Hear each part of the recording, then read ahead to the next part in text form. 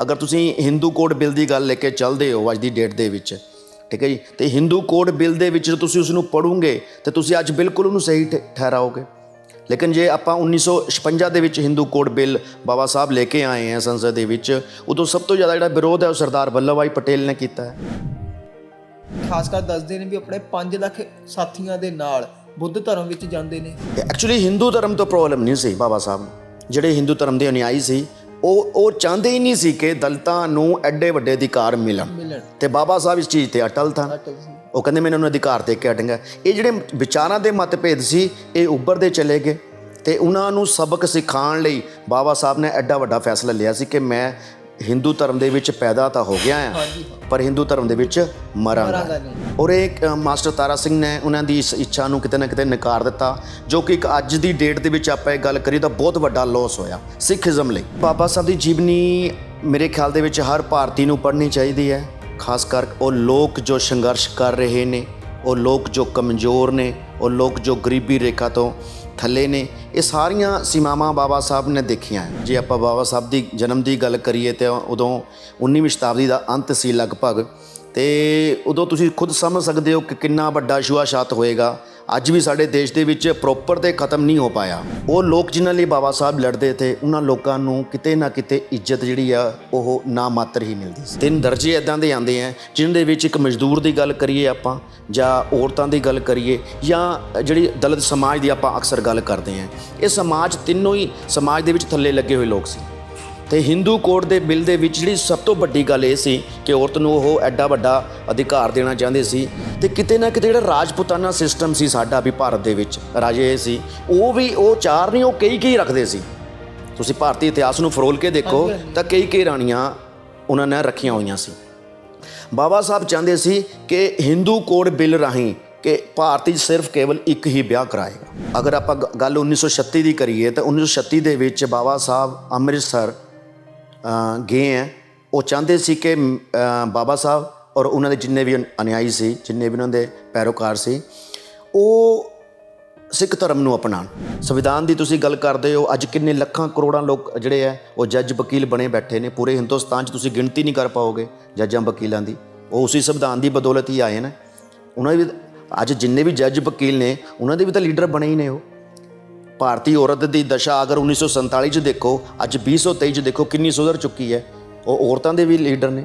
ਮਜ਼ਦੂਰਾਂ ਦੀ ਗੱਲ ਕਰਦੇ ਨੇ, ਮਜ਼ਦੂਰਾਂ ਨੂੰ 12 ਘੰਟੇ ਕੰਮ ਕਰਵਾਉਂਦਾ ਸੀ ਅੰਗਰੇਜ਼, ਉਹਨਾਂ ਨੇ 8 ਘੰਟੇ ਕੰਮ ਦੇ ਪ੍ਰਪੋਜ਼ਲ ਪਾਈ ਹੈ ਵਿੱਚ। ਸਤਿ ਸ਼੍ਰੀ ਅਕਾਲ ਦੋਸਤੋ, ਅੱਜ ਅਸੀਂ ਸ਼ੁਰੂਆਤ ਕਰਨ ਜਾ ਰਹੇ ਹਾਂ ਇੱਕ ਬੜੀ ਭਾਵੁਕ ਕਰਨ ਵਾਲੀ ਲਾਈਨ ਤੋਂ, ਜਿਹੜੀ ਕਿ ਲਾਈਨ ਹੈ ਸਿੱਖਿਆ ਉਹ ਸ਼ੇਰਨੀ ਦਾ ਦੁੱਧ ਹੈ, ਜਿਹੜਾ ਪੀਵੇਗਾ ਸੋ ਦਹਾੜੇਗਾ। ਅੱਜ ਆਪਾਂ ਗੱਲ ਕਰਨ ਜਾ ਰਹੇ ਹਾਂ ਡਾਕਟਰ ਭੀਮ ਰਾਓ ਅੰਬੇਦਕਰ ਜੀ ਦੀ, ਜਿਨ੍ਹਾਂ ਨੂੰ ਸਾਰੇ ਪਿਆਰ ਨਾਲ ਬਾਬਾ ਸਾਹਿਬ ਵੀ ਕਹਿੰਦੇ ਨੇ। ਅੱਜ ਸਾਡੇ ਨਾਲ ਅਨਿਲ ਜੀ ਨੇ, ਜੋ ਅੱਜ ਬਾਬਾ ਸਾਹਿਬ ਬਾਰੇ ਆਪਾਂ ਸੁਣੀਆਂ ਗੱਲਾਂ ਬਾਰੇ ਸਾਡੇ ਨਾਲ ਗੱਲਬਾਤ ਕਰਨੇ। ਨਮਸਕਾਰ ਸਰ। ਨਮਸਕਾਰ ਜੀ। ਸਭ ਤੋਂ ਪਹਿਲੇ ਮੈਂ ਤੁਹਾਡਾ ਧੰਨਵਾਦ ਕਰਨਾ ਚਾਹੁੰਦਾ ਫਰੰਟ ਲਾਈਨ ਨਿਊਜ਼ ਦਾ, ਕਿ ਜਿਹੜਾ ਉਪਰਾਲਾ ਕਰ ਰਹੇ ਨੇ ਕਿ ਬਾਬਾ ਸਾਹਿਬ ਦੀ ਫਿਲੋਸਫੀ ਨੂੰ ਜਾਂ ਉਹ ਤੱਥ ਜਿਹੜੇ ਤੁਸੀਂ ਕਹਿ ਰਹੇ ਹੋ ਅਣਸੁਣੇ ਨੇ, ਉਹ ਹਰ ਭਾਰਤ ਵਾਸੀ ਦੇ ਸਾਹਮਣੇ ਜ਼ਰੂਰ ਆਉਣੇ ਚਾਹੀਦੇ ਨੇ। ਸਰ, ਇੱਕ ਬਾਬਾ ਸਾਹਿਬ ਦੀ ਥੋੜ੍ਹੀ ਜਿਹੀ ਜੀਵਨੀ ਬਾਰੇ ਆਪਾਂ ਅੱਗੇ ਤੱਥਾਂ ਬਾਰੇ ਗੱਲ ਕਰਨ ਤੋਂ ਪਹਿਲਾਂ ਇੱਕ ਥੋੜ੍ਹੀ ਜਿਹੀ ਬਾਬਾ ਸਾਹਿਬ ਦੀ ਜੀਵਨੀ ਬਾਰੇ ਜ਼ਰੂਰ ਜਾਣਨਾ ਪਾਵਾਂਗੇ। ਦੇਖੋ, ਬਾਬਾ ਸਾਹਿਬ ਦੀ ਜੀਵਨੀ ਮੇਰੇ ਖਿਆਲ ਦੇ ਵਿੱਚ ਹਰ ਭਾਰਤੀ ਨੂੰ ਪੜ੍ਹਨੀ ਚਾਹੀਦੀ ਹੈ, ਖਾਸ ਕਰ ਉਹ ਲੋਕ ਜੋ ਸੰਘਰਸ਼ ਕਰ ਰਹੇ ਨੇ, ਉਹ ਲੋਕ ਜੋ ਕਮਜ਼ੋਰ ਨੇ, ਉਹ ਲੋਕ ਜੋ ਗਰੀਬੀ ਰੇਖਾ ਤੋਂ ਥੱਲੇ ਨੇ। ਇਹ ਸਾਰੀਆਂ ਸੀਮਾਵਾਂ ਬਾਬਾ ਸਾਹਿਬ ਨੇ ਦੇਖੀਆਂ ਹੈ। ਖੁਦ ਇਹਨਾਂ ਚੀਜ਼ਾਂ ਨੂੰ ਹੰਢਾਇਆ ਹੈ। ਤੇ ਅਗਰ ਤੁਸੀਂ ਬਾਇਓਗ੍ਰਾਫੀ ਪੜ੍ਹਦੇ ਹੋ, ਬਹੁਤ ਰਾਈਟਰਸ ਦੀ ਪੜ੍ਹਦੇ ਹੋ, ਬਹੁਤ ਵਾਰ ਤੁਹਾਨੂੰ ਮੌਕਾ ਮਿਲਦਾ ਹੈ ਪੜ੍ਹਨ ਦਾ, ਪਰ ਜਦੋਂ ਬਾਬਾ ਸਾਹਿਬ ਦੀ ਤੁਸੀਂ ਇਸ ਚੀਜ਼ ਨੂੰ ਪੜ੍ਹਦੇ ਹੋ ਕਿ ਉਹਨਾਂ ਦੀ ਜੀਵਨ ਸ਼ੈਲੀ ਕਿਵੇਂ ਸੀ, ਕਿਵੇਂ ਸਟਾਰਟ ਕੀਤਾ ਉਹਨਾਂ ਨੇ ਆਪਣਾ ਸੰਘਰਸ਼, ਤੇ ਉਹ ਕਿਤੇ ਨਾ ਕਿਤੇ ਤਰਾਸਦੀ ਭਰਿਆ ਸੀ ਬਹੁਤ ਜ਼ਿਆਦਾ। ਤੇ ਇੱਕ ਸਰ ਉਹਨਾਂ ਦੇ ਜਨਮ ਦੇ ਵਿੱਚ ਆਪਾਂ ਦੇਖਦੇ ਹਾਂ, ਜਨਮ ਤੋਂ ਹੀ ਛੂਆ-ਛੂਤ ਦੇ ਵਿੱਚ ਉਹਨਾਂ ਦਾ ਜਨਮ ਹੋਇਆ ਸੀ। ਉਹਨਾਂ ਦੀ ਇੱਕ ਕੈਟਾਗਰੀ ਕਹਿ ਲਓ ਜਾਂ ਇੱਕ ਸਮਾਜ ਕਹਿ ਲਓ ਸੀ, ਤਦ ਵੀ ਫਿਰ ਐਡੇ ਸੰਘਰਸ਼ ਤੋਂ ਬਾਅਦ ਆਪਣੀ ਸਿੱਖਿਆ ਉਹਨਾਂ ਨੇ ਜਾਰੀ ਰੱਖੀ। ਬਿਲਕੁਲ ਸਹੀ ਗੱਲ ਹੈ ਜੀ। ਜੇ ਦੇਖੋ ਅੱਜ 2023 ਚੱਲ ਰਿਹਾ ਹੈ, 21ਵੀਂ ਸ਼ਤਾਬਦੀ ਚੱਲ ਰਹੀ ਹੈ। ਜੇ ਆਪਾਂ ਬਾਬਾ ਸਾਹਿਬ ਦੀ ਜਨਮ ਦੀ ਗੱਲ ਕਰੀਏ ਤਾਂ ਉਦੋਂ 19ਵੀਂ ਸ਼ਤਾਬਦੀ ਦਾ ਅੰਤ ਸੀ ਲਗਭਗ, ਤੇ ਉਦੋਂ ਤੁਸੀਂ ਖੁਦ ਸਮਝ ਸਕਦੇ ਹੋ ਕਿ ਕਿੰਨਾ ਵੱਡਾ ਛੂਆ-ਛਾਤ ਹੋਏਗਾ। ਅੱਜ ਵੀ ਸਾਡੇ ਦੇਸ਼ ਦੇ ਵਿੱਚ ਪ੍ਰੋਪਰ ਤੇ ਖਤਮ ਨਹੀਂ ਹੋ ਪਾਇਆ। ਸ਼ਾਇਦ ਖਤਮ ਨਹੀਂ ਵੀ ਹੋ ਪਾਵੇਗਾ ਕਿ ਕਿਤੇ ਨਾ ਕਿਤੇ ਡਿਸਕ੍ਰਿਮੀਨੇਸ਼ਨ ਹੈਗੀਆਂ ਹੈ, ਇਹ ਬਣਦੀਆਂ ਰਹਿਣਗੀਆਂ। ਤੇ ਬਸ ਸਰ ਗੱਲ ਚੱਲਦੀ ਆ, ਗੱਲ ਕਰਦੇ ਕਰਦੇ ਇੱਕ ਗੱਲ ਆ ਰਹੀ ਆ ਵੀ ਅਣਸੂਹੇ ਤੱਥ ਵੀ ਉਹਨੇ ਸੱਚੀ ਆਪਣਾ ਹਿੰਦੂ ਧਰਮ ਤਿਆਗ ਦਿੱਤਾ ਸੀ। ਐਕਚੁਅਲੀ ਬਾਬਾ ਸਾਹਿਬ ਜਿਸ ਟਾਈਮ ਫੋਰਨ ਪੜ੍ਹ ਕੇ ਆਏ ਹੈ ਅਤੇ ਇੱਥੇ ਆ ਕੇ ਉਹ ਚਾਹੁੰਦੇ ਸੀ ਕਿ ਜਿਹੜੇ ਮੇਰੇ ਲੋਕ ਨੇ, ਉਹ ਲੋਕ ਜਿਹੜੇ ਬਹੁਤ ਜ਼ਿਆਦਾ ਗਰੀਬੀ ਰੇਖਾ ਵੀ ਅੱਜ ਜੇ ਆਪਾਂ ਕਹਿ ਲਈਏ ਉਸ ਤੋਂ ਵੀ ਕਿਤੇ ਜ਼ਿਆਦਾ ਨੀਵੇਂ ਸੀ। ਗੱਲ ਰੋਟੀ ਕੱਪੜਾ ਔਰ ਮਕਾਨ ਦੀ ਨਹੀਂ ਹੈ, ਉਸ ਤੋਂ ਵੱਡੀ ਚੀਜ਼ ਹੁੰਦੀ ਹੈ ਇੱਜ਼ਤ। ਵਾਕ ਸਹੀ ਗੱਲ ਹੈ। ਇੱਜ਼ਤ ਤੋਂ ਵੱਡੀ ਕੋਈ ਚੀਜ਼ ਨਹੀਂ ਹੈ। ਉਹ ਲੋਕ ਜਿਨ੍ਹਾਂ ਲਈ ਬਾਬਾ ਸਾਹਿਬ ਲੜਦੇ ਥੇ, ਉਹਨਾਂ ਲੋਕਾਂ ਨੂੰ ਕਿਤੇ ਨਾ ਕਿਤੇ ਇੱਜ਼ਤ ਜਿਹੜੀ ਆ ਉਹ ਨਾ ਮਾਤਰ ਹੀ ਮਿਲਦੀ ਸੀ। ਇਸ ਚੀਜ਼ ਨੂੰ ਉਹ ਚੱਕਦੇ ਸੀ ਕਿ ਇਹ ਲੋਕ ਵੀ ਅੱਗੇ ਆਉਣੇ ਚਾਹੀਦੇ ਹੈ, ਇਹਨਾਂ ਨੂੰ ਬਰਾਬਰ ਦਾ ਜਿਹੜਾ ਅਧਿਕਾਰ ਆ ਉਹ ਮਿਲਣਾ ਚਾਹੀਦਾ ਹੈ। ਪਰ ਉਦੋਂ ਦੇ ਜਿਹੜੇ ਲੀਡਰ ਸੀ, ਜਵਾਹਰ ਲਾਲ ਨਹਿਰੂ ਕਹਿ ਲਈਏ ਜਾਂ ਸਰਦਾਰ ਵੱਲਭ ਭਾਈ ਪਟੇਲ ਕਹਿ ਲਈਏ ਜਾਂ ਮਹਾਤਮਾ ਗਾਂਧੀ ਕਹਿ ਲਈਏ, ਕਿਤੇ ਨਾ ਕਿਤੇ ਇਹਨਾਂ ਦਾ ਮਤਭੇਦ ਰਹੇ ਹੈ, ਵਿਚਾਰਾਂ ਦੇ ਮਤਭੇਦ ਰਹੇ ਹੈ, ਠੀਕ ਹੈ ਨਾ। ਕਿਉਂਕਿ ਇਹ ਚੀਜ਼ ਅਧਿਕਾਰ ਦੇਣਾ ਚਾਹੁੰਦੇ ਸੀ ਕਿ ਜਦੋਂ ਬਾਬਾ ਨਾਨਕ ਨੇ ਵੀ ਕਿਹਾ ਹੈ ਕਿ ਸਭ ਜਿਹੜੇ ਮਾਨਵ ਹੈ ਉਹ ਬਰਾਬਰ ਨੇ, ਅਤੇ ਜਦੋਂ ਮਾਨਵ ਬਰਾਬਰ ਹੈ ਤਾਂ ਸਭ ਨੂੰ ਅਧਿਕਾਰ ਵੀ ਬਰਾਬਰ ਹੋਣੇ ਚਾਹੀਦੇ ਹਨ। ਖੁਦ ਉਹਨਾਂ ਨੇ ਸੰਵਿਧਾਨ ਦੇ ਵਿੱਚ ਵੀ ਇਹ ਗੱਲ, ਅਗਰ ਤੁਸੀਂ ਹਿੰਦੂ ਕੋਡ ਬਿੱਲ ਦੀ ਗੱਲ ਲੈ ਕੇ ਚੱਲਦੇ ਹੋ ਅੱਜ ਦੀ ਡੇਟ ਦੇ ਵਿੱਚ, ਠੀਕ ਹੈ ਜੀ, ਅਤੇ ਹਿੰਦੂ ਕੋਡ ਬਿੱਲ ਦੇ ਵਿੱਚ ਤੁਸੀਂ ਉਸ ਨੂੰ ਪੜ੍ਹੋਗੇ ਤਾਂ ਤੁਸੀਂ ਅੱਜ ਬਿਲਕੁਲ ਉਹਨੂੰ ਸਹੀ ਠਹਿਰਾਓਗੇ। ਲੇਕਿਨ ਜੇ ਆਪਾਂ 1956 ਦੇ ਵਿੱਚ ਹਿੰਦੂ ਕੋਡ ਬਿੱਲ ਬਾਬਾ ਸਾਹਿਬ ਲੈ ਕੇ ਆਏ ਹੈ ਸੰਸਦ ਦੇ ਵਿੱਚ, ਉਦੋਂ ਸਭ ਤੋਂ ਜ਼ਿਆਦਾ ਜਿਹੜਾ ਵਿਰੋਧ ਹੈ ਉਹ ਸਰਦਾਰ ਵੱਲਭ ਭਾਈ ਪਟੇਲ ਨੇ ਕੀਤਾ ਹੈ। ਉਹਦਾ ਔਰ ਵਿਰੋਧ ਕਰਨ ਦਾ ਉਹਨਾਂ ਦਾ ਵੱਡਾ ਕਾਰਨ ਇਹ ਸੀ ਕਿ ਕਿਤੇ ਨਾ ਕਿਤੇ ਜਿਹੜਾ ਸਾਡਾ ਭਾਰਤੀ ਸਮਾਜ ਹੈ ਮਰਦ ਪ੍ਰਧਾਨ ਸਮਾਜ ਹੈ, ਪਰ ਬਾਬਾ ਸਾਹਿਬ ਔਰਤਾਂ ਨੂੰ ਵੀ ਬਰਾਬਰ ਅਧਿਕਾਰ ਦੇਣਾ ਚਾਹੁੰਦੇ ਸਨ। ਅਤੇ ਇਸ ਦੇ ਵਿੱਚ ਤੁਹਾਨੂੰ ਇੱਕ ਵੱਡੀ ਗੱਲ ਦੱਸਣਾ ਚਾਹੁੰਦਾ ਹਾਂ ਕਿ ਔਰਤ ਜਿਹੜੀ ਹੈ, ਜੇ ਆਪਾਂ ਹਿੰਦੂ ਕੋਡ ਬਿੱਲ ਦੀ ਗੱਲ ਕਰੀਏ ਹੈ ਤਾਂ ਹਿੰਦੂ ਕੋਡ ਬਿੱਲ ਤੋਂ ਇਹ ਗੱਲ ਸਪਸ਼ਟ ਹੋ ਜਾਂਦੀ ਹੈ ਕਿ ਬਾਬਾ ਸਾਹਿਬ ਭਾਰਤੀ ਔਰਤ ਨੂੰ ਸਮਾਜ ਦੇ ਵਿੱਚ ਉੱਚ ਦਰਜਾ ਦੇਣਾ ਚਾਹੁੰਦੇ ਸੀ। ਇੱਕ ਚੀਜ਼ ਪਹਿਲੇ ਮੈਂ ਦੱਸਣਾ ਚਾਹੁੰਦਾ ਕਿ ਜਿਹੜੀ ਭਾਰਤੀ ਔਰਤ ਹੈ ਉਹਨੂੰ ਬਹੁਤ ਜ਼ਿਆਦਾ ਨੀਵਾਂ ਸਮਝਦੇ ਸੀ। ਜੇ ਤੁਸੀਂ ਸੰਵਿਧਾਨ ਪੜ੍ਹੋਗੇ ਤਾਂ ਤੁਹਾਨੂੰ 3 ਚੀਜ਼ਾਂ ਜ਼ਰੂਰ ਨਜ਼ਰ ਆਉਣਗੀਆਂ ਕਿ ਸੰਵਿਧਾਨ ਦਾ ਹਰ ਪੰਨਾ ਤੁਹਾਨੂੰ ਇਹ ਦੱਸੇਗਾ ਕਿ ਮੇਰੇ ਲਈ ਲਿਖਿਆ ਹੈ। ਜਿਹੜਾ ਵੀ ਪੜ੍ਹ ਰਿਹਾ ਵਿਅਕਤੀ ਉਸ ਨੂੰ ਇਹ ਲੱਗਦਾ ਕਿ ਮੇਰੇ ਲਈ ਲਿਖਿਆ ਹੈ। ਅਤੇ 3 ਪੜਾਅ ਇੱਦਾਂ ਦੇ ਆਉਂਦੇ ਹੈ ਕਿ 3 ਦਰਜੇ ਇੱਦਾਂ ਦੇ ਆਉਂਦੇ ਹੈ ਜਿਹਨਾਂ ਦੇ ਵਿੱਚ ਇੱਕ ਮਜ਼ਦੂਰ ਦੀ ਗੱਲ ਕਰੀਏ ਆਪਾਂ, ਜਾਂ ਔਰਤਾਂ ਦੀ ਗੱਲ ਕਰੀਏ, ਜਾਂ ਜਿਹੜੀ ਦਲਿਤ ਸਮਾਜ ਦੀ ਆਪਾਂ ਅਕਸਰ ਗੱਲ ਕਰਦੇ ਹਾਂ, ਇਹ ਸਮਾਜ ਤਿੰਨੋਂ ਹੀ ਸਮਾਜ ਦੇ ਵਿੱਚ ਥੱਲੇ ਲੱਗੇ ਹੋਏ ਲੋਕ ਸੀ।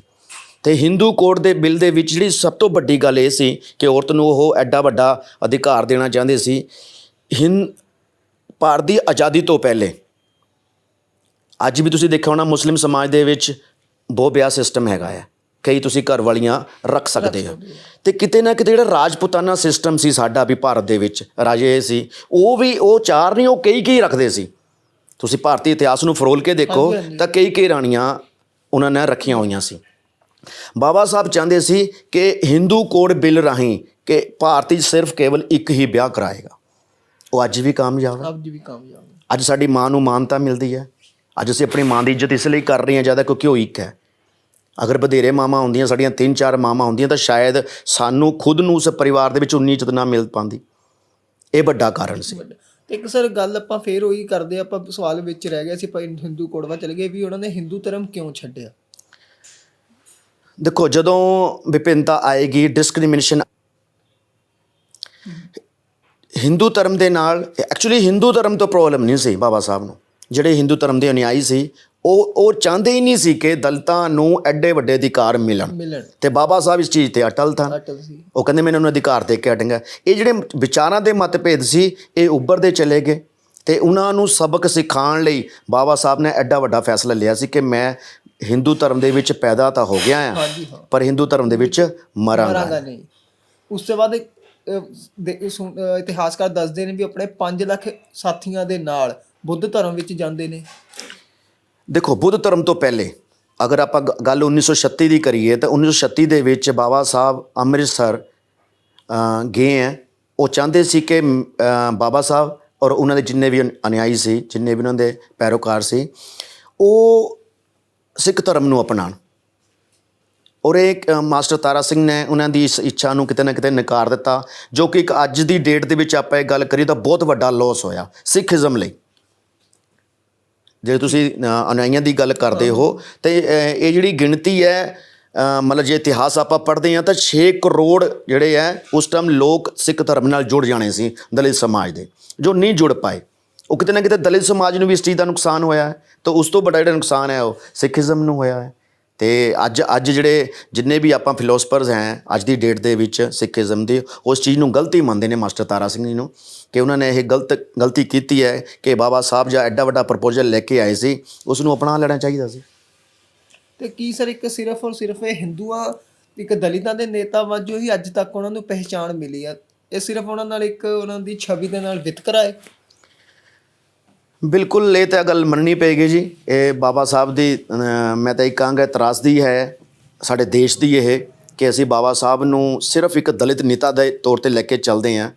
ਠੀਕ ਹੈ ਜੀ। ਤੁਸੀਂ ਜਦੋਂ ਹਿੰਦੂ ਕੋਡ ਬਿੱਲ ਦੀ ਆਪਾਂ ਫਿਰ ਮੈਂ ਤੁਹਾਡੇ ਨਾਲ ਗੱਲ ਛੇੜਨਾ ਚਾਹੁੰਦਾ ਹਾਂ ਕਿ ਉਸ ਦੇ ਵਿੱਚ ਹਿੰਦੂ ਕੋਡ ਬਿੱਲ ਤੋਂ ਪਹਿਲੇ ਕੇਵਲ ਹਸਬੈਂਡ ਹੀ ਮਤਲਬ ਪਤੀ ਹੀ ਆਪਣੀ ਘਰਵਾਲੀ ਨੂੰ ਤਲਾਕ ਦੇ ਸਕਦਾ ਸੀ, ਪਰ ਬਾਬਾ ਸਾਹਿਬ ਨੇ ਹਿੰਦੂ ਕੋਡ ਬਿੱਲ ਰਾਹੀਂ ਇਹ ਮਤਲਬ ਉਸ ਹਿੰਦੂ ਕੋਡ ਦੇ ਵਿੱਚ ਇਹ ਦਰਜ ਕੀਤਾ ਹੈ ਕਿ ਭਾਰਤੀ ਔਰਤ ਵੀ ਮਤਲਬ ਪਤਨੀ ਵੀ ਆਪਣੇ ਘਰ ਵਾਲੇ ਤੋਂ ਤਲਾਕ ਲੈ ਸਕਦੀ ਹੈ, ਡਾਈਵੋਰਸ ਲੈ ਸਕਦੀ ਹੈ। ਇਹ ਵੱਡੀ ਗੱਲ ਸੀ। ਜਿਹੜਾ ਤੁਸੀਂ ਪ੍ਰਸ਼ਨ ਕੀਤਾ ਹੈ ਕੱਕੜ ਸਾਹਿਬ ਕਿ ਉਹ ਦਲਿਤ ਨੇਤਾ ਸੀ, ਇਹ 'ਚ ਕੋਈ ਸੰਦੇਹ ਨਹੀਂ ਹੈ ਕਿ ਉਹ ਦਲਿਤਾਂ ਦੇ ਨੇਤਾ ਥੇ, ਹੈ ਅੱਜ ਵੀ ਹੈ, ਬੇਸ਼ੱਕ ਉਹ ਦੁਨੀਆ 'ਚ ਨਹੀਂ ਨੇ ਪਰ ਅੱਜ ਵੀ ਉਹ ਦਲਿਤਾਂ ਦੇ ਨੇਤਾ ਹੈ। ਪਰ ਕੇਵਲ ਇੱਕ ਹੀ ਗੱਲ ਇਹ ਕਹਿਣਾ ਕਿ ਉਹ ਕੇਵਲ ਦਲਿਤਾਂ ਦੇ ਨੇਤਾ ਥੇ, ਇਹ ਗਲਤ ਹੈ। ਅੱਜ ਵਪਾਰੀ ਵਰਗ ਚੱਲ ਰਿਹਾ, ਹਾਂਜੀ ਠੀਕ ਹੈ ਜੀ। ਜੇ ਆਪਾਂ ਬ੍ਰਿਟਿਸ਼ ਐਮਪਾਇਰ ਦੀ ਗੱਲ ਕਰਦੇ ਹਾਂ, 1947 ਤੋਂ ਪਹਿਲਾਂ ਦੀ ਗੱਲ ਕਰਦੇ ਹਾਂ, ਤਾਂ ਭਾਰਤੀ ਕਰੰਸੀ ਨਹੀਂ ਸੀ। ਠੀਕ ਹੈ ਜੀ। ਉਹਨਾਂ ਨੇ ਪ੍ਰਪੋਜ਼ਲ ਦਿੱਤਾ ਕਿ ਭਾਰਤ ਦੀ ਇੱਕ ਆਪਣੀ ਕਰੰਸੀ ਹੋਣੀ ਚਾਹੀਦੀ ਹੈ, ਆਪਣਾ ਇੱਕ ਬੈਂਕਾਂ ਦਾ ਸੰਗਠਨ ਹੋਣਾ ਚਾਹੀਦਾ ਹੈ। ਜੇ ਆਪਾਂ RBI ਦੀ ਗੱਲ ਕਰਦੇ ਹਾਂ ਤੇ ਬਾਬਾ ਸਾਹਿਬ ਦੇ ਪ੍ਰਪੋਜ਼ਲ ਤੇ ਉਹ ਬੜੇ RBI ਖੜਾ ਹੈ ਅੱਜ ਵੀ, ਉਹਨਾਂ ਦੀ ਆਪਣੀਆਂ ਕਿਤਾਬਾਂ ਲਿਖੀਆਂ ਹੋਈਆਂ। ਸੰਵਿਧਾਨ ਦੀ ਤੁਸੀਂ ਗੱਲ ਕਰਦੇ ਹੋ, ਅੱਜ ਕਿੰਨੇ ਲੱਖਾਂ ਕਰੋੜਾਂ ਲੋਕ ਜਿਹੜੇ ਹੈ ਉਹ ਜੱਜ ਵਕੀਲ ਬਣੇ ਬੈਠੇ ਨੇ। ਪੂਰੇ ਹਿੰਦੁਸਤਾਨ 'ਚ ਤੁਸੀਂ ਗਿਣਤੀ ਨਹੀਂ ਕਰ ਪਾਓਗੇ ਜੱਜਾਂ ਵਕੀਲਾਂ ਦੀ, ਉਹ ਉਸੇ ਸੰਵਿਧਾਨ ਦੀ ਬਦੌਲਤ ਹੀ ਆਏ ਨੇ। ਉਹਨਾਂ ਵੀ ਅੱਜ ਜਿੰਨੇ ਵੀ ਜੱਜ ਵਕੀਲ ਨੇ ਉਹਨਾਂ ਦੇ ਵੀ ਤਾਂ ਲੀਡਰ ਬਣੇ ਹੀ ਨੇ। ਉਹ ਭਾਰਤੀ ਔਰਤ ਦੀ ਦਸ਼ਾ ਅਗਰ 1947 'ਚ ਦੇਖੋ, ਅੱਜ 2023 'ਚ ਦੇਖੋ ਕਿੰਨੀ ਸੁਧਰ ਚੁੱਕੀ ਹੈ। ਉਹ ਔਰਤਾਂ ਦੇ ਵੀ ਲੀਡਰ ਨੇ। ਮਜ਼ਦੂਰਾਂ ਦੀ ਗੱਲ ਕਰਦੇ ਨੇ, ਮਜ਼ਦੂਰਾਂ ਨੂੰ 12 ਘੰਟੇ ਕੰਮ ਕਰਵਾਉਂਦਾ ਸੀ ਅੰਗਰੇਜ਼, ਉਹਨਾਂ ਨੇ 8 ਘੰਟੇ ਕੰਮ ਦੇ ਪ੍ਰਪੋਜ਼ਲ ਪਾਈ ਹੈ ਵਿੱਚ। ਠੀਕ ਹੈ ਜੀ।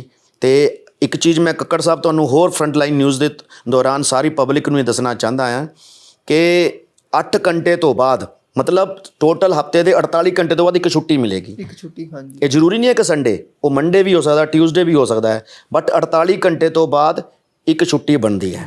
ਅੱਜ ਵੀ ਆਪਾਂ ਉਹ ਦੇਖਦੇ ਹਾਂ ਫੈਕਟਰੀਆਂ ਦੀ ਲੋਕੀ ਸ਼ਿਫਟਾਂ ਲਾਉਂਦੇ ਆ ਜਾਂ ਕੁਝ ਵੀ ਕਰਦੇ, ਹਫਤੇ 'ਚ ਇੱਕ ਨਾ ਇੱਕ ਛੁੱਟੀ ਕਿਸੇ ਵੀ ਦਿਹਾੜੇ ਦਿਨ ਉਹਨਾਂ ਨੂੰ ਦਿੱਤੀ ਜਾਂਦੀ ਹੈ। ਬਿਲਕੁਲ ਦਿੱਤੀ ਜਾਂਦੀ ਹੈ ਜੀ। 8 ਘੰਟੇ ਤੋਂ ਵੱਧ ਅਗਰ ਤੁਸੀਂ ਕੰਮ ਕਰਾਉਂਦੇ ਹੋ ਤਾਂ ਗੈਰ ਕਾਨੂੰਨੀ ਹੈ। ਅਗਰ 8 ਘੰਟੇ ਤੋਂ ਬਾਅਦ ਉਹ ਕੰਮ ਕਰਦਾ ਹੈ, ਮੰਨ ਲਓ 12 ਘੰਟੇ ਮਜ਼ਦੂਰ ਕੰਮ ਕਰਦਾ ਹੈ, ਤਾਂ ਉਸ ਦੀ ਨੈਕਸਟ ਡੇ ਛੁੱਟੀ ਬਣਦੀ ਹੈ। ਇਹ ਇਹ ਵਿੱਚ ਲਿਖਿਆ ਹੋਇਆ ਹੈ ਸੰਵਿਧਾਨ ਦੇ ਵਿੱਚ। ਸਭ ਨੂੰ ਹੱਕ, ਇਕੱਲੇ ਦਲਿਤਾਂ ਨੂੰ ਨਹੀਂ, ਸਰਬ ਸਾਂਝੇ ਹੱਕ ਦਿੱਤੇ। ਸਰਬ ਸਾਂਝੇ ਹੱਕ ਹੈ ਜੀ। ਮਜ਼ਦੂਰਾਂ ਦੇ ਨੇਤਾ ਨੇ, ਉਹ ਔਰਤਾਂ ਦੇ ਨੇਤਾ ਨੇ, ਵਪਾਰੀ ਵਰਗ ਦੇ ਨੇਤਾ ਨੇ, ਜਿੰਨੇ ਵੀ ਜੱਜ ਵਕੀਲ ਅੱਜ ਹਿੰਦੁਸਤਾਨ ਦੇ ਵਿੱਚ ਕੰਮ ਕਰ ਰਹੇ ਨੇ, ਸਭ ਦੇ ਨੇਤਾ ਨੇ। ਕੇਵਲ ਦਲਿਤ ਨੇਤਾ ਕਹਿ ਕੇ ਉਹਨਾਂ ਨੂੰ ਆਪਾਂ ਕਿਤੇ ਨਾ ਕਿਤੇ ਬੇਇਨਸਾਫੀ ਕਰ ਰਹੇ ਹਾਂ ਉਹਨਾਂ ਦੀ ਐਡੀ ਵੱਡੀ ਸ਼ਖਸੀਅਤ ਨਾਲ। ਤੇ ਇੱਕ ਸਰ ਹੋਰ ਮੇਰੇ ਸਵਾਲ ਉੱਠ ਰਿਹਾ ਵੀ ਭਾਰਤ ਰਤਨ ਇੰਨੇ ਉਹਨਾਂ ਦੀ ਮੌਤ ਤੋਂ ਬਾਅਦ ਇੰਨੇ ਲੰਬੇ ਸਮੇਂ ਬਾਅਦ ਦੇਣ ਦਾ ਕੀ ਕਾਰਨ ਮੰਨਦੇ ਹੋ ਜੀ? ਤੁਹਾਡੀ ਦਿਲੀ ਉਸ ਦੇਖੋ, ਕਿਤੇ ਨਾ ਕਿਤੇ ਇਹ ਪੋਲੀਟੀਕਲ ਕੁਐਸਚਨ ਬਣਦਾ ਹੈ ਕਿ 1950 ਦੇ ਵਿੱਚ ਸੰਵਿਧਾਨ ਲਾਗੂ ਹੁੰਦਾ ਹੈ। ਠੀਕ ਹੈ ਜੀ। ਸੰਵਿਧਾਨ ਦੇ ਪਿਤਾਮਾ ਨੂੰ ਅਸੀਂ ਇਹਨਾਂ ਨੂੰ ਕਹਿੰਦੇ ਹਾਂ, ਵੱਡੀ ਰਿਸਪੈਕਟ ਦਿੰਦੇ ਹਾਂ। ਉਹਨਾਂ ਤੋਂ ਵੱਧ ਡਿਗਰੀਆਂ ਵਾਲਾ ਬੰਦਾ ਅੱਜ ਵੀ ਹਿੰਦੁਸਤਾਨ ਦੇ ਵਿੱਚ ਕੋਈ ਪੈਦਾ ਨਹੀਂ ਹੋਇਆ। ਉਹ ਤੋਂ ਪਹਿਲੇ ਕਾਨੂੰਨ ਮੰਤਰੀ ਸੀ, ਪਰ ਫਿਰ ਵੀ ਉਹਨਾਂ ਨੂੰ 1990 ਦੇ ਵਿੱਚ ਭਾਰਤ ਰਤਨ ਅਵਾਰਡ ਮਿਲਣਾ ਮਤਲਬ ਚਲੋ ਸਨਮਾਨ ਤਾਂ ਹੈ ਹੀ, ਇਹ 'ਚ ਤਾਂ ਕੋਈ ਦੋ ਰਾਏ ਨਹੀਂ ਹੈ, ਪਰ ਇੰਨਾ ਲੇਟ ਸਨਮਾਨ ਦੇਣਾ ਇਹ ਕਿਤੇ ਨਾ ਕਿਤੇ ਉਹਨਾਂ ਨਾਲ ਫਿਰ ਇੱਕ ਵਾਰ ਬੇਇਨਸਾਫੀ ਹੋ ਰਹੀ ਹੈ। ਅਤੇ ਵੱਡੀ ਚੀਜ਼ ਮੈਂ ਇਹ ਵੀ ਦੱਸਣਾ ਚਾਹੁੰਦਾ ਹਾਂ ਕਿ ਉਦੋਂ ਨੌਨ ਕਾਂਗਰਸ ਗੌਰਮੈਂਟ ਸੀ, ਕਾਂਗਰਸ ਦੀ ਗੌਰਮੈਂਟ ਨਹੀਂ ਸੀ ਜਿਸ ਟਾਈਮ ਇਹਨਾਂ ਨੂੰ ਭਾਰਤ ਰਤਨ ਅਵਾਰਡ ਦਿੱਤਾ ਗਿਆ। ਵਧੇਰੇ ਰਾਜ ਆਪਾਂ 1990 ਤੋਂ ਪਹਿਲਾਂ ਦੀ ਗੱਲ ਕਰਦੇ ਹਾਂ ਤਾਂ ਕਾਂਗਰਸ ਦਾ ਹੀ ਚੱਲਿਆ ਹੈ। 1990 ਦੇ ਵਿੱਚ ਵਿਸ਼ਵਨਾਥ ਪ੍ਰਤਾਪ ਸਿੰਘ ਪ੍ਰਧਾਨ ਮੰਤਰੀ ਬਣੇ ਸਨ ਅਤੇ ਉਹਨਾਂ ਨੇ ਇਹ ਵੱਡਾ ਉਪਰਾਲਾ ਕੀਤਾ ਹੈ, ਬਾਬਾ ਸਾਹਿਬ ਨੂੰ ਭਾਰਤ ਦੇ ਸਭ ਤੋਂ ਵੱਡੇ ਸਨਮਾਨ ਦੇ ਕੇ, ਭਾਰਤ ਰਤਨ ਅਵਾਰਡ ਦੇ ਕੇ ਉਹਨਾਂ ਨੂੰ ਸਨਮਾਨਿਤ ਕੀਤਾ ਹੈ। ਫਰੰਟ ਲਾਈਨ ਨਿਊਜ਼ ਦੇ ਦਰਸ਼ਕਾਂ ਦੇ ਧਿਆਨ ਹਿੱਤ ਇੱਕ ਗੱਲ ਹੋਰ ਲਿਆਉਣਾ ਚਾਹੁੰਦਾ ਹਾਂ ਕਿ ਬਾਬਾ ਸਾਹਿਬ ਨੇ ਅੰਗਰੇਜ਼ਾਂ ਦੇ ਧਿਆਨ ਦੇ ਵਿੱਚ ਇਹ ਗੱਲ ਲਿਆਂਦੀ ਸੀ ਕਿ ਭਾਰਤ ਇੱਕ ਅਜਿਹਾ ਦੇਸ਼ ਹੈ ਜਿੱਥੇ ਗੁਲਾਮਾਂ ਦੇ ਵੀ ਗੁਲਾਮ ਰਹਿੰਦੇ ਨੇ, ਤੇ ਉਹ ਇਸ ਚੀਜ਼ ਤੇ ਵਿਸ਼ਵਾਸ ਨਹੀਂ ਕਰਦੇ ਸੀ ਕਿ ਇਸ ਤਰ੍ਹਾਂ ਸੰਭਵ ਨਹੀਂ ਹੋ ਸਕਦਾ। ਜੋ ਖੁਦ ਸਲੇਵ ਹੈ, ਖੁਦ ਗੁਲਾਮ ਹੈ, ਉਹ ਆਪਣੇ ਹੋਰ ਅੱਗੇ ਗੁਲਾਮ ਕਿਵੇਂ ਰੱਖੇਗਾ? ਸਹੀ ਗੱਲ। ਵੈਸੇ ਅਚੰਭੇ ਵਾਲੀ ਗੱਲ ਹੈ, ਗੁਲਾਮਾਂ ਦੇ ਵੀ ਗੁਲਾਮ ਕਿੱਦਾਂ ਗੁਲਾਮ ਰੱਖ ਸਕਦਾ ਹੈ? ਬਿਲਕੁਲ। ਭਾਰਤ ਦੇ ਵਿੱਚ ਇਹ ਸੀ ਕਿ ਭਾਰਤ ਇੱਕ ਗੁਲਾਮ ਦੇਸ਼ ਸੀ, ਹਾਂਜੀ, ਅੰਗਰੇਜ਼ ਉਸ 'ਤੇ ਰਾਜ ਕਰਦੇ ਸੀ, ਲੇਕਿਨ ਭਾਰਤ ਦੇ ਵਿੱਚ ਜਿਹੜੀਆਂ ਹਾਈ ਕਾਸਟ ਸੁਸਾਇਟੀ ਸੀ ਉਹ ਨੀਵੀਆਂ ਜਾਤਾਂ ਵਾਲੇ ਲੋਕਾਂ ਦੇ ਉੱਪਰ ਆਪਣਾ ਰਾਜ ਕਰਦੀਆਂ ਸਨ। ਉਹਨਾਂ ਦਾ ਕਹਿਣ ਦਾ ਮਤਲਬ ਇਹ ਸੀ ਕਿ ਗੁਲਾਮਾਂ ਦੇ ਵੀ ਗੁਲਾਮ। Step by step. ਬਿਲਕੁਲ ਜੀ ਬਿਲਕੁਲ। ਤੇ ਅੰਗਰੇਜ਼ਾਂ ਨੇ ਸਾਈਮਨ ਕਮਿਸ਼ਨ ਦੇ ਰੂਪ ਦੇ ਵਿੱਚ ਭਾਰਤ ਦਾ ਜਿਹੜਾ ਦੌਰਾ ਹੈ ਉਹ ਕੀਤਾ, ਜਿਹੜਾ ਤੁਸੀਂ ਜਾਣਦੇ ਹੋ ਕਿ ਉਸ ਲਾਠੀਚਾਰਜ ਦੇ ਵਿੱਚ ਲਾਲਾ ਲਾਜਪਤ ਰਾਏ ਦੀ ਮੌਤ ਹੋਈ ਸੀ, ਠੀਕ ਹੈ ਨਾ। ਤੇ ਕਿਤੇ ਨਾ ਕਿਤੇ ਕਿਤਾਬਾਂ ਵੀ ਇਹ ਚੀਜ਼ ਸਮਝਾਉਣ ਦੇ ਵਿੱਚ ਅਸਮਰੱਥ ਨੇ ਕਿ ਐਕਚੁਅਲ ਸਾਈਮਨ ਕਮਿਸ਼ਨ ਕਿਉਂ ਆਇਆ ਸੀ। ਸਾਈਮਨ ਕਮਿਸ਼ਨ ਦਾ ਆਉਣ ਦਾ ਮੇਨ ਕਾਰਨ ਇਹੋ ਸੀ, ਬਾਬਾ ਸਾਹਿਬ ਦੇ ਕਹਿਣੇ ਉੱਤੇ, ਕਿ ਭਾਰਤ ਦੇ ਵਿੱਚ ਦਲਿਤ ਲੋਕ ਜਿਹੜੀ ਹਾਲਾਤ ਹੈ, ਉਹਨਾਂ ਦੇ ਜਿਹੜੇ ਹਾਲਾਤ ਇੰਨੇ ਮਾੜੇ ਨੇ ਕਿ ਉਹ ਪਸ਼ੂਆਂ ਤੋਂ ਵੀ ਜ਼ਿਆਦਾ ਮਾੜੇ ਨੇ। ਪਸ਼ੂਆਂ ਤੋਂ ਵੀ ਬਦਤਰ ਜ਼ਿੰਦਗੀ ਜਿਹੜੀ ਹੈ ਉਹ ਸਾਡੇ ਲੋਕ ਬਤੀਤ ਕਰਦੇ ਨੇ, ਜੀਉਂਦੇ ਨੇ। ਤੇ ਇਹ ਦੇਖਣ ਲਈ ਸਾਈਮਨ ਕਮਿਸ਼ਨ ਭਾਰਤ ਆਇਆ ਸੀ। ਤਾਂ ਉਹਦਾ ਆਉਣ ਦਾ ਵਿਰੋਧ ਹੋਇਆ। ਬਿਲਕੁਲ। ਉਹਦਾ ਵਿਰੋਧ, ਉਹਦਾ ਜਿਹੜਾ ਮੇਨ ਫੈਕਟ ਹੈ ਐਕਚੁਅਲੀ ਤਾਂ ਉਹਦਾ ਸਾਈਮਨ ਕਮਿਸ਼ਨ ਦਾ ਵਿਰੋਧ ਇਸ ਕਰਕੇ ਕੀਤਾ ਗਿਆ ਕਿ ਇਹਦੇ ਵਿੱਚ ਕੋਈ ਭਾਰਤੀ ਸ਼ਾਮਲ ਨਹੀਂ ਹੈ, ਪਰ ਇਹ ਕਾਰਨ ਨਹੀਂ ਸੀ ਇਸ ਨੂੰ ਮੁੱਦਾ ਬਣਾਇਆ ਗਿਆ। ਮੇਨ ਕਾਰਨ ਇਹ ਸੀ ਕਿ ਸਾਈਮਨ ਕਮਿਸ਼ਨ ਇਸ ਚੀਜ਼ ਤੋਂ ਭਟਕ ਜਾਏ ਕਿ ਉਹ ਦੇਖਣ ਕੀ ਆਇਆ ਹੈ। ਲੋਕਾਂ ਦਾ ਧਿਆਨ ਭਟਕਾਇਆ ਗਿਆ ਕਿ ਸਾਈਮਨ ਕਮਿਸ਼ਨ ਜਿਹੜਾ ਹੈ ਉਹਦੇ ਵਿੱਚ ਕੋਈ ਵੀ ਭਾਰਤੀ ਸ਼ਾਮਲ ਨਹੀਂ ਹੈ। ਤੇ ਉਹ ਜਿਹੜੀ ਉਹਨੇ ਰਿਪੋਰਟ ਸਬਮਿਟ ਕਰਨੀ ਸੀ ਤਾਂ ਇਸੇ ਬਿਹਾਫ ਤੇ ਹੀ ਸੀ। ਬਿਲਕੁਲ ਜੀ, ਇਸੇ ਬਿਹਾਫ ਤੇ ਸੀ। ਉਹਨਾਂ ਨੇ ਖੁਦ ਇਹ ਸਾਈਮਨ ਕਮਿਸ਼ਨ ਦਾ ਮਤਲਬ ਹੀ ਇਹੀ ਸੀ ਦੇਖਣ ਆਉਣਾ ਕਿ ਕਿਆ ਵਾਕਈ ਤੇ ਲੋਕ ਇੰਨੀ ਬਦਤਰ ਜ਼ਿੰਦਗੀ ਬਤੀਤ ਕਰ ਰਹੇ ਨੇ। ਜੋ ਬਾਬਾ ਸਾਹਿਬ ਨੇ ਉਹਨਾਂ ਨੂੰ ਗੱਲ ਦੱਸੀ ਹੈ ਕਿ ਇਸ ਵਿੱਚ ਸੱਚਾਈ ਹੈ, ਇਹ ਸਭ ਕੁਝ ਦੇਖਣ ਲਈ ਸਾਈਮਨ ਕਮਿਸ਼ਨ ਭਾਰਤ ਆਇਆ। ਫਿਰ ਇੱਕ ਸਾਈਮਨ ਕਮਿਸ਼ਨ ਦੀ ਗੱਲ ਕਰਦੇ ਕਰਦੇ ਮੇਰੇ ਧਿਆਨ ਵਿੱਚ ਇੱਕ ਹੋਰ ਗੱਲ ਆਈ ਹੈ ਸੰਵਿਧਾਨ ਬਾਰੇ। ਜੀ ਸੰਵਿਧਾਨ ਸਿਰਫ ਔਰ ਸਿਰਫ ਲਾਇਰ, ਜੱਜ ਜਾਂ ਪੁਲਿਸ ਵਾਲਿਆਂ ਦੇ ਹੀ ਕੰਮ ਆ ਸਕਦਾ ਹੈ? ਵੀ ਸੰਵਿਧਾਨ ਫਿਰ ਤਾਂ ਬਣਾਉਣ ਦਾ ਕੋਈ ਮਤਲਬ ਹੀ ਨਾ ਹੋਇਆ।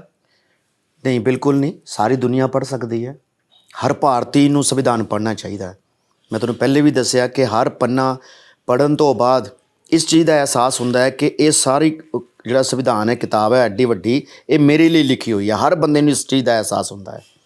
ਦੇਖੋ, ਚਾਹੇ ਉਹ ਮੁਸਲਿਮ ਹੈ, ਕ੍ਰਿਸਚਨ ਹੈ, ਭਾਰਤ ਦੇ ਵਿੱਚ ਕਿੰਨੇ ਧਰਮ ਨੇ, ਕਿੰਨੀਆਂ ਜਾਤਾਂ ਨੇ, ਠੀਕ ਹੈ ਜੀ। ਸਭ ਲਈ ਇੱਕ ਚੀਜ਼ ਬਣਾਈ ਹੈ, ਇੱਕ ਕਿਤਾਬ ਪੇਸ਼ ਕੀਤੀ ਹੈ, ਸਭ ਲਈ, ਸਭ ਦਾ ਨਿਚੋੜ। ਉਹ ਤੇ ਕਦੀ ਵੀ ਉਸ ਕਿਤਾਬ ਦੇ ਵਿੱਚ ਤੁਹਾਨੂੰ ਇਸ ਤਰ੍ਹਾਂ ਨਜ਼ਰ ਨਹੀਂ ਆਏਗਾ ਕਿ ਮੁਸਲਿਮ ਦੇ ਅਗੇਂਸਟ ਕੁਝ ਲਿਖਿਆ, ਕ੍ਰਿਸਚਨ ਦੇ ਅਗੇਂਸਟ ਕੁਝ ਲਿਖਿਆ ਹੈ, ਹਿੰਦੂ ਦੇ ਅਗੇਂਸਟ ਕੁਝ ਲਿਖਿਆ ਹੈ, ਸਿੱਖ ਦੇ ਅਗੇਂਸਟ ਕੁਝ ਲਿਖਿਆ ਹੈ। ਸਭ ਨੂੰ, ਹਰ ਧਰਮ ਦੇ ਬੰਦੇ ਨੂੰ, ਹਰ ਜਾਤ ਦੇ ਵਿਅਕਤੀ ਨੂੰ ਇਹ ਪੜ੍ਹ ਕੇ ਲੱਗੇਗਾ ਕਿ ਸਾਡੇ ਲਈ ਲਿਖਿਆ ਗਿਆ ਹੈ। ਔਰ ਇਹ ਮਤਲਬ ਹਰ ਭਾਰਤੀ ਜੋ ਹਿੰਦੁਸਤਾਨ ਦੇ ਵਿੱਚ ਰਹਿੰਦਾ, ਇਸ ਦੇਸ਼ ਦੇ ਵਿੱਚ ਰਹਿੰਦਾ ਹੈ, ਉਹ ਸੁਰੱਖਿਅਤ ਹੈ ਸੰਵਿਧਾਨ ਥਰੂ। ਸੰਵਿਧਾਨ ਪੜ੍ਹਨਾ ਚਾਹੀਦਾ, ਹਰ ਕਿਸੇ ਨੂੰ ਪੜ੍ਹਨਾ ਚਾਹੀਦਾ ਹੈ। ਅਗਰ ਆਪਾਂ ਬਾਬਾ ਸਾਹਿਬ ਦੀ ਫਿਲੋਸਫੀ ਨੂੰ ਪੜ੍ਹਨਾ ਹੈ ਕਿ ਐਕਚੁਅਲ ਵਿੱਚੋਂ ਚਾਹੁੰਦੇ ਕੀ ਸੀ, ਕਿਹੋ ਜਿਹਾ ਸਮਾਜ ਚਾਹੁੰਦੇ ਸੀ, ਉਹ ਫਿਰ ਸੰਵਿਧਾਨ ਪੜ੍ਹਨਾ ਪਏਗਾ। ਆਪਣੇ ਹੱਕਾਂ ਬਾਰੇ ਜਾਣੂ ਸਭ ਨੂੰ ਹੋਣਾ ਚਾਹੀਦਾ। ਬਿਲਕੁਲ ਹੋਣਾ ਚਾਹੀਦਾ। ਜਦੋਂ ਤੁਸੀਂ ਸੰਵਿਧਾਨ ਪੜ੍ਹੋਗੇ, ਖੁਦ ਬ ਖੁਦ ਤੁਸੀਂ ਆਪਣੇ ਹੱਕਾਂ ਤੋਂ ਜਾਣੂ ਹੋ ਜਾਓਗੇ। ਅੱਜ ਦਾ ਹਰ ਵਿਅਕਤੀ ਕਿਤੇ ਨਾ ਕਿਤੇ ਵਕੀਲ 'ਤੇ ਡਿਪੈਂਡ ਹੈ। ਹਾਂਜੀ, ਉਹੀ ਦੇਖਦਾ ਵੀ ਸਾਨੂੰ ਸਾਡੀ ਹੱਕਾਂ ਦੀ, ਸਾਡੀ ਜੀਵਨੀ ਦੀ ਰਾਖੀ ਸਾਡਾ ਇੱਕ ਵਕੀਲ ਹੀ ਕਰ ਸਕਦਾ, ਕਿਉਂਕਿ ਉਹਨੂੰ ਸੰਵਿਧਾਨ ਬਾਰੇ ਪਤਾ ਹੈ ਕੀ ਤੁਹਾਡੇ ਰਾਈਟਸ ਨੇ, ਕੀ ਤੁਹਾਨੂੰ ਸੰਵਿਧਾਨ ਬਾਬਾ ਸਾਹਿਬ ਵਿੱਚ ਲਿਖਿਆ ਹੋਇਆ ਤੁਹਾਨੂੰ ਮਿਲਿਆ ਵੀ ਸਾਨੂੰ ਜੇ ਬਚਾ ਸਕਦਾ ਤਾਂ ਇੱਕ ਵਕੀਲ ਹੀ ਬਚਾ ਸਕਦਾ, ਵੀ ਸਾਡੀ ਪੈਰਵੀ ਸਿਰਫ ਵਕੀਲ ਹੀ ਕਰ ਸਕਦਾ। ਸੰਵਿਧਾਨ ਪੜ੍ਹਨ ਦੇ ਨਾਲ ਨਾਲ ਤੁਹਾਨੂੰ ਖੁਦ ਬ ਖੁਦ ਪਤਾ ਚੱਲ ਜਾਏਗਾ ਕਿ ਇਹ ਚੀਜ਼ਾਂ ਮੇਰੇ ਅਧਿਕਾਰ ਖੇਤਰ ਤੋਂ ਬਾਹਰ ਨੇ, ਮੈਂ ਨਹੀਂ ਕਰਨੀਆਂ, ਜਿਨ੍ਹਾਂ ਨੂੰ ਅਸੀਂ ਕਾਨੂੰਨ ਅਪਰਾਧ ਮੰਨਦੇ ਹਾਂ। ਉਹ ਸਾਨੂੰ ਪਤਾ ਚੱਲ ਜਾਏਗਾ ਲਓ ਪੜ੍ਹਨੇ ਨਾਲ, ਸਾਡੇ ਹੱਕ ਨੇ। ਬਿਲਕੁਲ ਜੀ, ਸਾਡੇ ਹੱਕਾਂ ਬਾਰੇ ਪਤਾ ਚੱਲੇ। ਦੇਖੋ, ਇੱਕ ਚੀਜ਼ ਪੜ੍ਹਨ ਨਾਲ ਦੋਨੋਂ ਚੀਜ਼ਾਂ ਕਲੀਅਰ ਹੁੰਦੀਆਂ ਕਿ ਇਹ ਚੀਜ਼ ਮੇਰੇ ਹੱਕ ਨੇ ਤੇ ਆਹ ਚੀਜ਼ ਮੈਂ ਨਹੀਂ ਕਰਨੀ ਹੈ। ਅਸੀਂ ਹੋਰ ਦਾ ਵੀ ਹੱਕ ਹੈ।